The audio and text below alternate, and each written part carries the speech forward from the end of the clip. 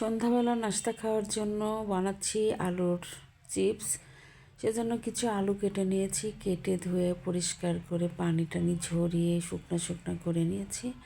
এখন আলুগুলো একে একে দিয়ে দিচ্ছি চিপস ভাজার জন্য। সন্ধ্যাবেলায় আসলে কিছু না কিছু তো খাওয়া লাগেই। আজকে ওই জন্য ভাবলাম আলুর চিপস বানাই, সেজন্য চিপস বানাতে চলে এসেছি।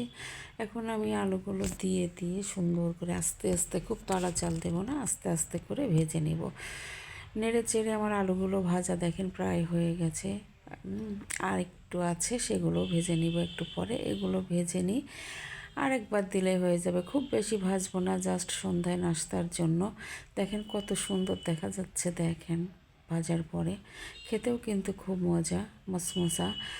আমি আলুগুলো ভাজার পরে মশলা মিশিয়ে নিব। যে মশলায় মিশিয়েছি বিট লবণ, ধনিয়া গুঁড়া, ভাজা জিরার গুঁড়া, মরিচ গুঁড়া, এগুলো দিয়েই আমি এটা ব্লেন্ডার করে নিয়েছি। করে নিয়ে এখন মশলাগুলো ছিটিয়ে দিয়ে তারপরে খাওয়া হবে। দেখেন আমি কিভাবে মশলাগুলো ছিটিয়ে দিচ্ছি। মশলাগুলো অবশ্যই একটু ঠান্ডা হলে ছিটাতে হয়, না হলে নরম হয়ে যায়। সেজন্য আমার আলু চিপসগুলো একটু ঠান্ডা করলাম, ঠান্ডা করে মিশিয়ে নিলাম। এগুলো খাওয়ার পরে আরেক যেগুলো ছিল সেগুলো আবার ভেজে নিলাম। ভেজে নিয়ে এই যে সেগুলোও আমি মশলা মাখাবো এখানে। দেখেন মশলা মাখিয়ে নিচ্ছি, মাখিয়ে নিয়ে খাবো। মাঝে মাঝে কিন্তু এরকম চিপস ভেজে খেলে ভালোই লাগে বাসাতে, একটু ধৈর্যের ব্যাপার এরকম, তাই আর কি। যাক, ভালো থাকবেন সবাই, আল্লাহ হাফেজ।